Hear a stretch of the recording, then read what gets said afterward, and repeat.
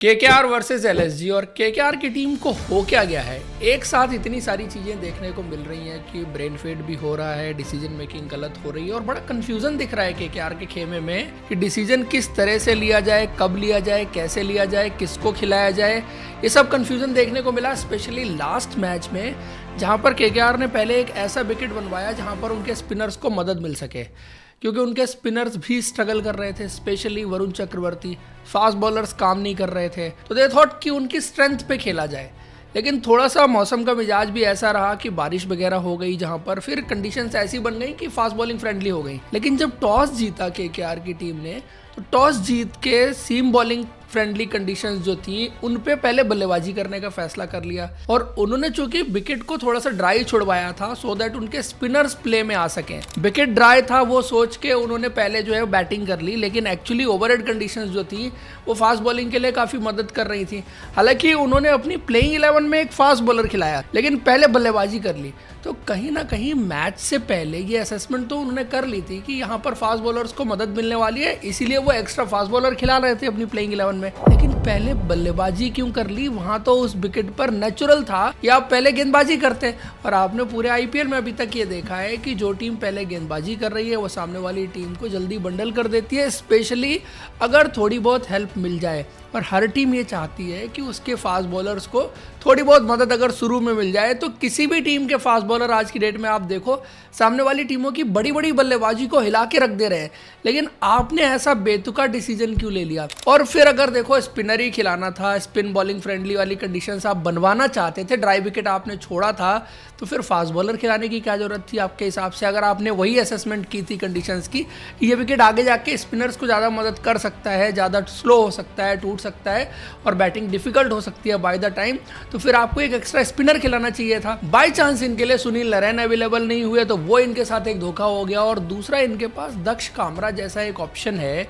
जिसको इन्होंने ऑक्शन में लिया। बहुत बड़ी बोली तो नहीं लगी उनके लिए, लेकिन दक्ष कामरा की स्टोरी बड़ी इंटरेस्टिंग है कि जब वो ट्रायल्स के लिए गए थे केकेआर में, तो वहां पर उन्होंने अभिषेक नायर को बड़ा इंप्रेस किया था, स्पेशली अपने वेरिएशंस के साथ। और उनको जब गेंदबाजी करते हुए अभिषेक नायर ने देखा तो फिर उनको और वेरिएशंस डालने के लिए कहा, और उन्होंने ये दिखाया था कि उनके पास मल्टीपल वेरिएशंस हैं। और पिछले साल अंडर 23 में दक्ष कामरा ने काफी इंप्रेसिव परफॉर्मेंस भी की थी। दैट्स व्हाई वो एक परफॉर्मेंस थी जिसकी वजह से ट्रायल के लिए बुलाया था केकेआर की टीम ने दक्ष कामरा को, और फिर अभिषेक नायर को अपनी वेरिएशन से जिस तरह उन्होंने इंप्रेस किया था, तो वो सब फैक्टर थे। बट आई थिंक दक्ष कामरा को जिस तरह से अभी ट्रीट किया जा रहा है, मौका अभी बहुत जल्दी है, ये भी कहना कि अभी दक्ष कामरा को मौका नहीं मिल सकता, लेकिन पॉइंट इज कि उनको शायद केकेआर की टीम जो है वो आगे के सालों के लिए तैयार कर रही है कि आफ्टर सुनील नरैन, आफ्टर वरुण चक्रवर्ती, कि तब आएगा 1-2 साल में देखेंगे, उनको खिलाएंगे, थोड़ा थोड़ा करके मौका देंगे। लेकिन आपको याद होगा कि सुयश शर्मा भी इसी टीम में हुआ करते थे, और सुयश शर्मा सडनली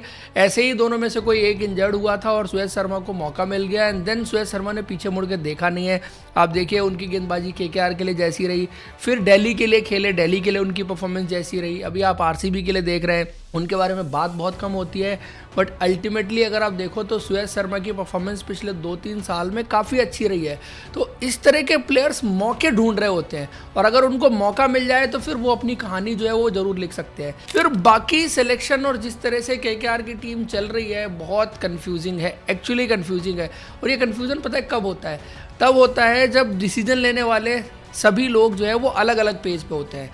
कप्तान अलग बात कह रहा होता है, कोच अलग बात कह रहा होता है। केकेआर के खेमे में तो ये भी होता है कि वेंकी मैसूर का भी डिसीजन मेकिंग में बड़ा इन्वॉल्वमेंट होता है, और उसके अलावा भी और लोग हैं कि आपका कोचिंग स्टाफ और भी है, और बहुत सारी टीमों में तो ऑनर्स का रोल भी होता है कि प्लेइंग 11 में ये प्लेयर खेलना चाहिए, वो प्लेयर खेलना चाहिए। कम से कम केकेआर में वो नहीं है, ऑनर का कम से कम उस तरह का नहीं है, बट वेंकी मैसूर तक का जो है वो इन्वॉल्वमेंट रहता है कि प्लेइंग 11 में ये प्लेयर खेलना चाहिए, वो प्लेयर खेलना चाहिए। बाकी अगर अब केकेआर की बल्लेबाजी देखो, वो भी तो थोड़ी बहुत स्ट्रगल करती हुई नजर आ रही है, लेकिन विकेट जैसा था पिछले मैच पे स्ट्रगल करनी थी।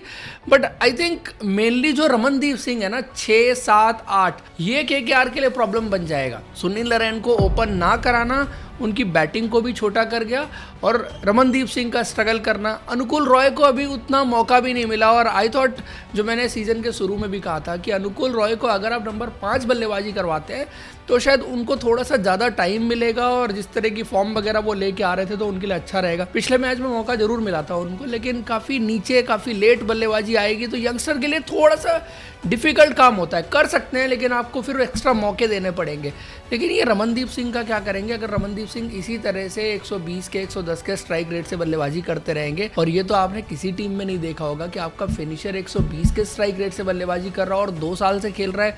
इसमें 2 चीज़ें हैं कि एक तो उसकी बल्लेबाजी नहीं आ रही, वो एक चीज़ है, और दूसरा जब बल्लेबाजी आ रही है तो वो परफॉर्म नहीं कर पा रहा है, ये भी एक दूसरा फैक्ट है। क्योंकि आप 120 के स्ट्राइक रेट को जस्टिफाई नहीं कर सकते किसी तरह से। That is why I am saying कि इनके पास तेजस्वी दहिया नाम का एक प्लेयर है, बहुत पावरफुल है, बहुत एलिगेंट भी है, और एबिलिटी टैलेंट की बात होती है कि यार किस प्लेयर में कितनी एबिलिटी है, कितना टैलेंट है, वो तेजस्वी दहिया में, और संग में वो टेम्परामेंट भी है। ये मैंने दिल्ली प्रीमियर लीग में देखा, ये मैंने उनको डोमेस्टिक क्रिकेट में देखा। 1.5-2 साल पहले उनका विजयजारे ट्रॉफी का डेब्यू हुआ था, उन्होंने वहाँ पर सेंचुरी लगाई थी। फिर डीपीएल तो इस बार ऐसे आग सी लगा दी थी इस प्लेयर ने यार, जिस तरह से छक्के लगा रहा था, जिस तरह से रन बना रहा था। आई थॉट नंबर 6 जो केकेआर की प्रॉब्लम है ना, ये तेजस्वी दहिया जो है वो सॉल्व आउट कर सकते हैं। थोड़ा बहुत अगर आप उनको मौका दें तभी कुछ हो सकता है, अदरवाइज आप यही प्लेइंग 11 खिलाते रहेंगे, इसी ढर्रे पर चलते रहेंगे तो फिर कहानी सेम रिपीट होगी। मुझे नहीं लगता है कि उसमें कोई चेंज आपको देखने को मिलेगा। रमनदीप सिंह भी थोड़ा ऊपर बल्लेबाजी प्रेफर करेंगे, बिकॉज मैंने पिछले वीडियो में भी ये रेफरेंस दिया था कि इमर्जिंग एशिया कप में उनकी बल्लेबाजी आ गई थी और लास्ट में उनको टारगेट चेज डाउन करना था, यॉर्कर्स जल रही थी, वो बड़े शॉट्स नहीं एग्जीक्यूट कर पाए थे। इवन आपने आईपीएल में भी देखा है, जिस तरह की रमनदीप सिंह की टेक्निक है तो अच्छी यॉर्कर को हिट करना उनके लिए थोड़ा सा डिफिकल्ट है, जिस तरह से वो बल्लेबाजी करते हैं। और अगर आप देखो थोड़ा पहले अगर बल्लेबाजी आती है तो वहाँ पर बॉलर्स थोड़ा सा डिफरेंट लेंथ पर ऑपरेट कर रहे होते हैं, तो वहाँ पर शॉट्स मारना थोड़ा सा आसान होता है। एक बीच का फेज होता है ना, जब बॉलर्स जो है वो अपना लेंथ बॉल या उसके आसपास के एरिया पर हिट कर रहे होते हैं, तो वहाँ से शॉट मारने में रमनदीप सिंह का जवाब नहीं है। पावर है उनके पास, सब कुछ है, बट कुछ जो पर्टिकुलर लेंथ है, वाइड यॉर्कर हो गई है और बिल्कुल जड़ में टो में पैरों की तरफ यॉर्कर डलती है, और कुछ चैनल्स ऐसे हैं जहां पर रमनदीप सिंह को अभी काम करने की ज़रूरत है। इसीलिए वो चीज़ आपने बार बार देखी है कि स्ट्राइक रेट वाली एक प्रॉब्लम हो रही है।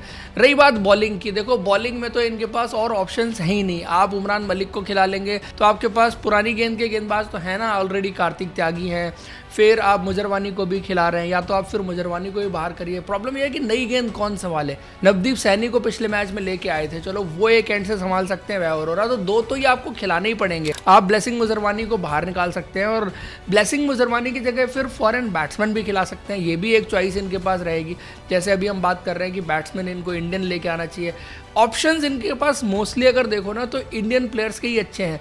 पथिराना कब तक आएंगे, ये तो ये चल रहा भाई, अभी 5 मिनट में आ रहा हूँ, अभी आ रहा हूँ। वो आपने खट्टा मीठा में देखा ना, अभी ठीक करके देता हूँ, अभी ठीक करके देता हूँ।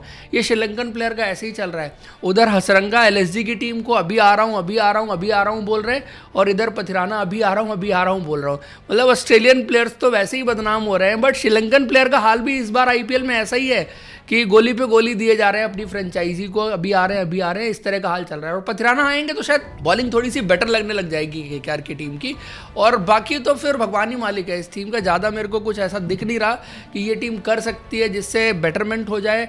और जिस तरह से डिसीजन मेकिंग वगैरह भी हो रही है ना, प्लेइंग 11 थोड़ा बहुत ट्विक कर भी लेंगे ना, उससे बहुत फर्क नहीं पड़ेगा। वो लैक ऑफ क्लियरिटी साफ नजर आ रही है केकेआर की टीम में। वहीं दूसरी तरफ अगर लखनऊ की टीम की बात आप करो तो पिछला मैच उन्होंने जीत लिया, लेकिन 150 बनाने में भी लाले पड़ गए थे। बट अच्छी चीज़ यह है कि मोहम्मद शमी जिस तरह से गेंदबाजी कर रहे हैं, वो पूरा पिछले सालों का हिसाब चुकता कर रहे हैं, जो उन्होंने इतने साल आईपीएल में अच्छी गेंदबाजी नहीं की। उनका एक सीज़न था जब जीटी की टीम चैंपियन बनी थी, वो हाईएस्ट विकेट टेकर बने थे। उसके बाद से मोहम्मद शमी की गेंदबाजी आईपीएल में 24-25 2 साल खराब रही ना। 23 में तो आई थिंक 22 में चैंपियन बने थे, 23, 24, 25 तो 3 साल उनकी गेंदबाजी जो है वो आईपीएल में ख़राब रही। और उसके बाद इंडियन क्रिकेट में जैसी चीज़ें उनके साथ चली हैं, सिलेक्शन नहीं हुआ, और फिर उनकी फिटनेस का हवाला दे के सेलेक्टर्स ये कहते रहे कि वो फिट नहीं है, हम इसलिए सेलेक्ट नहीं कर रहे, फ्यूचर की स्कीम ऑफ थिंग्स में वो नहीं है। लेकिन मोहम्मद शमी ने जिस तरह से जवाब दिया है, अभी वो फिटनेस का इशू भी कहीं आपको 1% भी देखने को नहीं मिला। पूरा दम से मोहम्मद शमी बॉल डाल रहे हैं, और भाई साहब जो पेनिट्रेशन उनकी बॉलिंग में नज़र आ रहा है, जिस तरह से गेंद उनका स्विंग हो रहा है, अभिषेक शर्मा को जिस तरह उन्होंने आउट किया स्लोअर वन डाल के, ट्रेविस हेड को जिस तरह से उन्होंने आउट किया, मतलब स्पेल देखिए आपका 4 ओवर 9 रन 2 विकेट, इससे बेटर आप क्या एक्सपेक्ट करेंगे। और वो फायर, वो डिज़ायर जो है वो मोहम्मद शमी की गेंदबाजी में आपको आज की डेट में देखने को मिल रही है। फिर लखनऊ ने मोहसिन खान को नहीं खिलाया अगले मैच में, खिलाया नहीं या वो फिर से कुछ उनका इंजरी का कंसर्न हो गया, आई एम नॉट श्योर कि आवेश खान को उन्होंने अगले मैच में खिला लिया और शायद वो एक डेथ बॉलर देख रहे थे कि किसको डेथ में गेंदबाजी करवाई जा सके। मोहम्मद शमी तो 4 ओवर पहले ही डाल के चले जाएंगे। चूंकि उन्होंने एनरिच नोकिया नहीं खिलाया था तो दैट्स व्हाई वो आवेश खान के पास गए कि डेथ में आवेश खान जो है वो थोड़ा सा अच्छी यॉर्कर वगैरह एग्जीक्यूट कर सकते। 1 ओवर उन्होंने अच्छा डाला भी, लेकिन पहले 3 ओवर में काफ़ी उनकी पिटाई हुई थी, जैसी उनकी रेपुटेशन है उस हिसाब से अगर आप जाओ। But I think Mohsin Khan is a all round bowler, नई गेंद कराओ, पुरानी कराओ, मिडिल ओवर कराओ, हर जगह गेंदबाजी कर सकते हैं, तो वो तो हर हाल में खेलने चाहिए। बाकी आप जिसको चेंज करना है आप उसको चेंज कर सकते हैं। और एनरिच नोकिया को भी एक मैच खिला के अगले में बिठा दिया, शायद वो स्पिनर एक्स्ट्रा खिलाना चाहते थे उस विकेट पर, क्योंकि विकेट भी ऐसा था पिछले मैच में जहां पर स्पिनर्स के लिए थोड़ा बहुत मदद था, ऐसा नहीं था कि बहुत ज़्यादा मदद थी। और डे गेम में आपने देखा है, दिल्ली मुंबई का मैच था तब भी ऐसा ही हुआ था, यहाँ पर आपने देखा तो यहाँ पर भी कहानी कुछ आपको ऐसी देखने को मिली कि थोड़ा सा स्लोइश सा विकेट था जहाँ पर बल्लेबाजी मुश्किल थी, स्पिनर्स को हल्की फुल्की मदद मिली और 150 रन के टोटल भी काफ़ी लग रहे थे बोर्ड पर। जैसे लखनऊ की टीम चेज कर रही थी तो यही लग रहा था कि ये 150 बनना भी मुश्किल हो जाएगा, लेकिन भला और ऋषभ पंत का कि स्टक कर गए। और कई बार ये छोटे से टोटल में जब आपकी टीम मुश्किल में है तो ज़रूरी हो जाता है कि आप विकेट पर खड़े रह जाएं, और जब बड़ा बैट्समैन खड़ा रह जाता है तो आपकी जीत सुनिश्चित हो जाती है। अगर इसी में आप थोड़ा सा जल्दबाजी कर जाएं, जल्दी गेम ख़त्म करने की तरफ देखें, तो फिर बड़ा बैट्समैन अगर आउट हुआ तो फिर जो नीचे वाले प्लेयर हैं उनके लिए एक एक रन बनाना मुश्किल हो जाता है। मुकुल चौधरी की हम बात बहुत कर रहे थे कि स्ट्राइकिंग एबिलिटी है, सब कुछ है, बट आप देखो उनसे एक एक रन नहीं बन रहा था, फुल टॉसेस मिस कर दी उन्होंने। वो ऋषभ पंत ने लास्ट ओवर में जाके चार्ज खुद लिया, वो 2-3 चौके जो उन्होंने मारे खुद ब खुद मारे और गेम को फिनिश कर दिया। अदरवाइज आप देखो जब इनएक्सपीरियंस प्लेयर होता है तो कई बार वो एक एक रन बनाना उसके लिए भारी पड़ जाता है। मुझे याद है 2016-17 की बात है जब rising Pune super giants final में थी और 1 रन स्कोर करना था, वॉशिंगटन सुंदर से 1 रन स्कोर नहीं हुआ था। और जबकि वॉशिंगटन सुंदर आज जितने बेहतर बल्लेबाज हैं, बल्लेबाजी वो तब भी करते थे, लेकिन 1 रन स्कोर नहीं कर पाए थे। तो ये बहुत सारे बैट्समैन के साथ आप देखते हैं।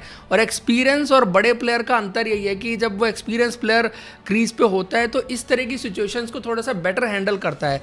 बट लखनऊ की टीम ओवरऑल देखो तो गेंदबाजी जो है वो इस बार पिछले साल के मुकाबले काफी बेटर नजर आ रही है। स्पेशली मोहम्मद शमी ने जिस तरह से गेंदबाजी कर दी, प्रिंस भी बड़ी जबरदस्त गेंदबाजी कर रहे हैं। आई थिंक प्रिंस यादव जिस एनर्जी के साथ इस वक्त गेंदबाजी कर रहे हैं, पिछले मैच में भी मैंने कहा था कि वो 2-3 यार्ड अलग से दिख रहे हैं। फील्डिंग में आप उनके एफर्ट देखो, पहले मैच में जो फायर दिखा रहे थे वो आप वो देखो। आवेश खान ने ठीक गेंदबाजी की है, but I think Mohsin Khan should be preferred. और एनरिच नोकिया को खिलाना तो मुझे कभी फायदे का सौदा नहीं लगा। जिस दिन से इन्होंने लिया है उस दिन से मैंने कहा कि इससे बेटर है आप किसी और फास्ट बॉलर को ले लिए होते, चाहे वो फॉरेनर्स होता, चाहे वो इंडियंस होता, किसी को भी। और हसरंगा की स्टोरी, क्योंकि हसरंगा के आने से ना इनको थोड़ा सा बैलेंस मिल जाएगा स्पिन डिपार्टमेंट में, क्योंकि दिग्वेश राठी भी पहले मैच में कुछ खास नहीं कर पाए, बट आई थिंक और मैच उनको मिलेंगे तो अच्छा करेंगे। मणिवरन सिद्धार्थ ने अच्छी गेंदबाजी की और हसरंगा जब भी आ जाएंगे तो थोड़ा सा बैलेंस बेटर मिल जाएगा। लेकिन वो भी सेम स्टोरी चल रही है पथराना और हसरंगा की कि बस अभी करके देता हूँ, अभी करके देता हूँ, वो वाली स्टोरी चल रही है। बट आई थिंक इस मैच में लखनऊ चूंकि पिछला मैच जीत करके आ रही है, गेंदबाजी लखनऊ की अच्छी दिख रही है, बल्लेबाजी टॉप ऑर्डर तो सॉलिड है ही है, उस पर कभी सवाल नहीं था। सवाल अभी भी लखनऊ के जो मिडिल ऑर्डर या लोअर मिडिल ऑर्डर के ऊपर है कि जब टॉप ऑर्डर नहीं चलेगा उस दिन ये टीम क्या करेगी। और टॉप 4 को ये इवन आउट करने की कोशिश भी कर रहे हैं, जैसे निकोलस पूरन को इन्होंने 5 नंबर कर दिया था पिछले मैच में। तो इस इवन आउट में क्या निकोलस पूरन वही इंपैक्ट डाल पाएंगे जैसा उन्होंने पिछले साल अपनी बल्लेबाजी से डाला था, या उससे पिछले सालों की जो निकोलस पूरन की कहानी थी वो रिपीट होने वाली है, अब यही देखना है। बट आई थिंक इस मैच के नतीजे पर जाएं तो मुझे लखनऊ फेवरेट लग रही है, बिकॉज लखनऊ की टीम की गेंदबाजी, टॉप ऑर्डर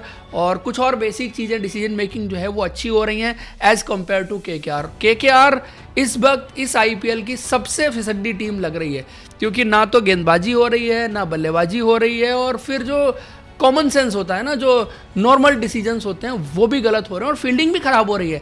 मतलब KKR is struggling at every front, हर जगह केकेआर की टीम स्ट्रगल करती हुई नजर आ रही है। आप लोग को क्या लगता है कमेंट करके बताइए। वीडियो इन्फॉर्मेशन अच्छी लगे तो लाइक और चैनल को सब्सक्राइब जरूर करें। Thank you, see you in next video.